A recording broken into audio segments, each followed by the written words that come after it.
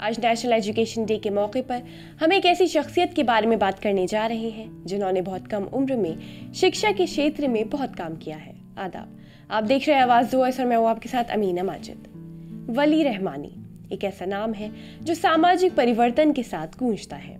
1998 में पश्चिम बंगाल के जीवन शहर कोलकाता में पैदा हुए वली रहमानी की कहानी न सिर्फ समाज में उनके अहम योगदान को उजागर करती है बल्कि कई लोगों के लिए प्रेरणा का स्रोत भी है।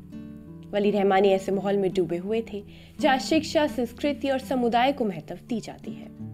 रहमानी की पढ़ाई का सफर नोएडा के जेनेसिस ग्लोबल स्कूल में जारी रहा, जहाँ उन्होंने 2018 में अपनी इंटरमीडिएट की पढ़ाई पूरी की। इसके बाद दिल्ली में जामिया हमदर्द में कानून की डिग्री हासिल की। ये निर्णय कानूनी अध्ययन में उनकी बढ़ती रुचि और सामाजिक न्याय में योगदान देने की उनकी इच्छा से प्रेरित था।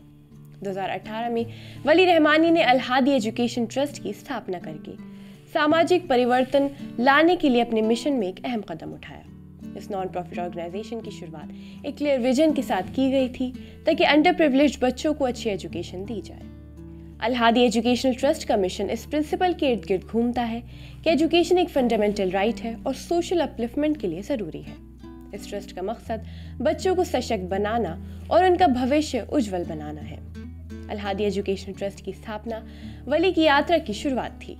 अपने विजन को साकार करने के लिए उन्होंने ट्रस्ट के पहलू को समर्थन करने के लिए फंड रेजिंग कैंपेन शुरू की।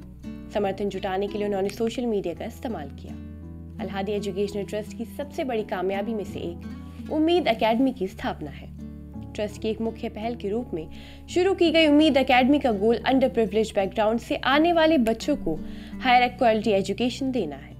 उम्मीद एकेडमी की स्थापना गरीबी के चक्र को तोड़ने के मिशन को हासिल करने की दिशा में एक अहम कदम है। अगर आपको हमारी वीडियो पसंद आई हो तो हमारी हौसला अफजाई के लिए चैनल को सब्सक्राइब करना न भूलें।